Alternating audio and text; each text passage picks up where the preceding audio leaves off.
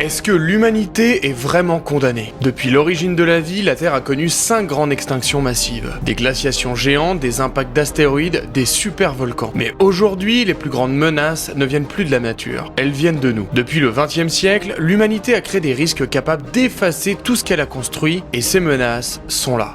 Maintenant, entre nos mains. Il en existe 4 principales. La guerre nucléaire, le changement climatique extrême, les biotechnologies mal utilisées et l'intelligence artificielle non maîtrisée. Ces risques ne sont pas des théories, ils sont concrets, mesurables, modélisés.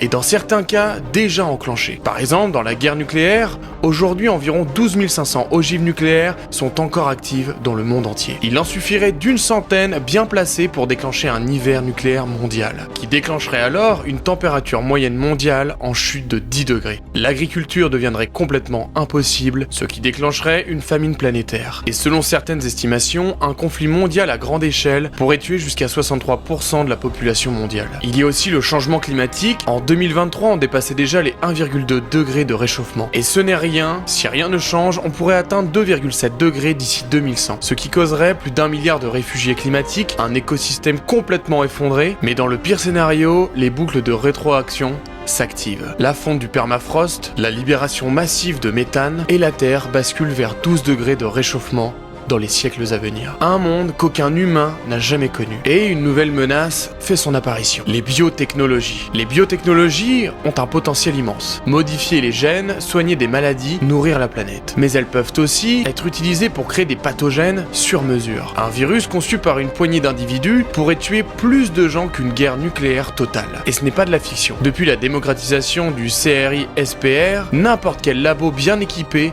peut, en théorie, concevoir des agents pathogènes qu'aucune défense immunitaire ne pourrait arrêter. Et encore plus récemment, on a aussi les intelligences artificielles. La seule menace que nous pourrions ne pas comprendre à temps. Car si l'IA dépasse notre intelligence humaine, même légèrement, elle pourrait apprendre à s'adapter, évoluer plus vite que nous ne pourrions jamais le contrôler. Elle pourrait devenir un outil incroyable pour résoudre nos problèmes ou un adversaire silencieux qui nous remplace sans jamais avoir levé le petit doigt. Mais est-ce que ça veut dire qu'on est condamné? Eh bien, pas forcément. Parce que l'humanité est infiniment plus résiliente qu'on le pense.